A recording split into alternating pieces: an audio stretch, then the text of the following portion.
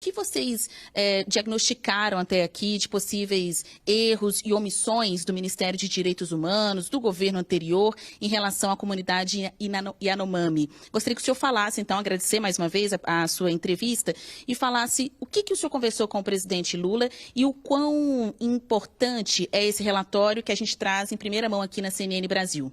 Em primeiro lugar, boa tarde, Basília, boa tarde a todos que nos assistem. Duas coisas fundamentais para se dizer. O que nós estamos fazendo aqui no Ministério, e por isso é um trabalho muito intenso, de reerguer o Ministério, de transformar o Ministério de Direitos Humanos, de fato, no Ministério de Direitos Humanos. E por isso reunimos nas últimas semanas os secretários, toda a equipe, para produzir um plano de 100 dias consistente, um plano que de fato pudesse dar conta, né, dos desafios em relação à política de direitos humanos no país. Mas, como muito bem você disse, tive com o presidente Lula, hoje, juntamente com outros ministros, para que nós pudéssemos avaliar essa situação. Uma das coisas que a gente tem que entender é que uma situação como essa, uma tragédia como essa, não acontece de uma hora para outra. É o resultado de uma série de fatores que são omissões históricas, que é também, de alguma maneira, um descaso de que aconteceu fundamentalmente, principalmente nos últimos 4 anos.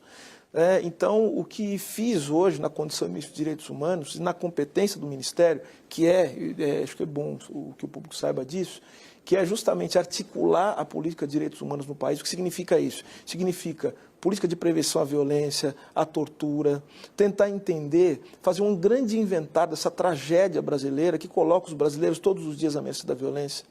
Tentar entender como é que nós podemos proteger as crianças e os adolescentes do país.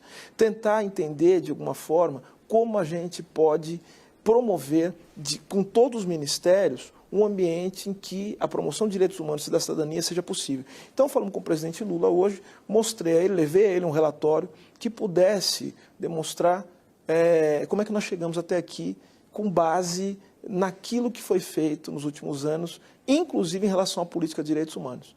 Então, mostramos ao presidente todas as omissões, todas as ações deliberadas que vieram a fragilizar a política de direitos humanos no país e que resultaram, dentre outras tragédias, o Brasil é um país de muitas tragédias no campo de direitos humanos, nessa que nós estamos assistindo agora, estarrecidos e horrorizados. Então, o que vocês encontraram? Claro que aqui eu tenho uma folha só, que é um resumo desse relatório que os senhores apresentaram para o presidente Lula, nessa reunião de mais cedo, no Palácio do Planalto, com a presença de outros ministros também. Então, aí a gente vê que necessita do acionamento de múltiplas funções, né, de múltiplas áreas para poder resolver este problema. No que diz respeito aos direitos humanos, o quanto este ministério atuou e o quanto passará a atuar desde que veio a notícia desses casos de desnutrição, de mortes, de fome na comunidade Yanomami. O que vocês chegaram aqui à conclusão?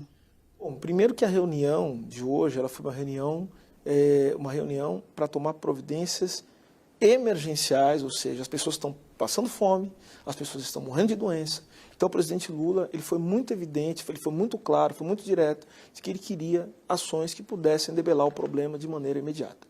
Só que, ao mesmo tempo, é importante dizer isso, que é necessário que ações, vamos dizer assim, estruturais, elas sejam tomadas, medidas estruturais, para que isso não volte a acontecer, né?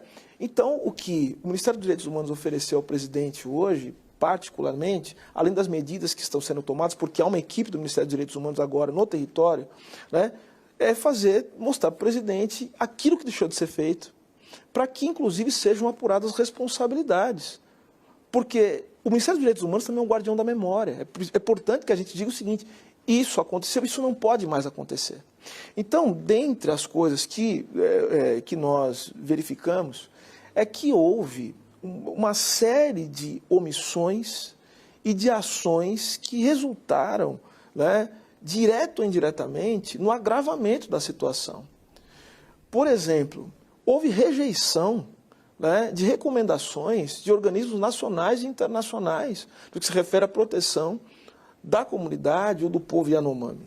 Alguns exemplos aqui, isso aqui é documento público, isso aqui está no relatório, foi apresentado ao presidente, e que, obviamente, todo mundo vai ter acesso, que é o seguinte: houve a recomendação de que se rejeitasse um projeto de lei que determinava o envio de ajuda emergencial aos Yanomami, aos povos e aos Yekuana.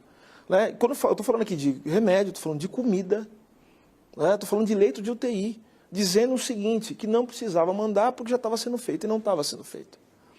Outra coisa, o Ministério, o antigo Ministério da Mulher, da Família e dos Direitos Humanos, também se pronunciou positivamente em relação a um projeto que propunha a legalização da atividade de garimpo em terras indígenas.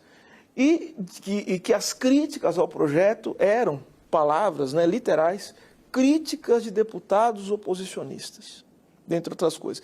Ignorando também decisões das cortes internacionais, que é uma coisa que o presidente Lula também está muito preocupado. O Brasil ele vem sistematicamente virando as costas para decisões das cortes internacionais, que é uma coisa que nós queremos mudar essa postura.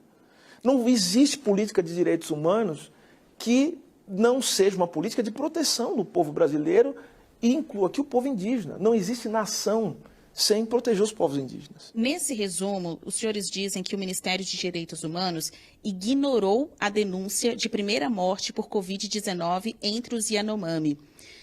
Como que o senhor chegou a essa conclusão? Isso está em documentos oficiais, existem notas técnicas. Inclusive, se alguém estiver interessado em entender essas notas técnicas, a nota técnica número 24, 31 e 75. São notas técnicas que falam, inclusive, da rejeição desse projeto de lei. Né? E agora, tudo que a gente está falando aqui, tudo que está no relatório, está em documentos oficiais que tramitaram no interior do Ministério. Então, aqui não existe invenção. Aqui tudo vai estar sendo feito com muita responsabilidade. Mais uma vez, do que se trata isso? Se trata de fazer uma coisa que é fundamental para a defesa dos direitos humanos. É que nós possamos atribuir responsabilidade. Nós precisamos ser os guardiões, repito, guardiões da memória. Não existe justiça se não houver memória. Não existe justiça se não houver reparação. Então é por isso que é fundamental que nós façamos esse recolhimento dessas informações, para que nós possamos municiar as autoridades nacionais para que sejam tomadas providências para que isso não ocorra nunca mais. E nós precisamos também dar contas às autoridades internacionais. Né? E esse é um papel fundamental dos direitos humanos, do Ministério dos Direitos Humanos. O Ministério dos Direitos Humanos da Cidadania tem um papel central na articulação da política nacional de direitos humanos com os organismos internacionais, que cobram posturas do Brasil em relação a isso. O Brasil é signatário de tratados internacionais que determinam a proteção aos direitos humanos. E por isso, esse é o papel do Ministério, fazer com que essas recomendações que foram pactuadas com o Brasil, elas sirvam de parâmetro para a atuação de todos os outros ministérios, da Justiça, da Defesa, da Saúde, sempre tentando subsidiar com as informações mais importantes.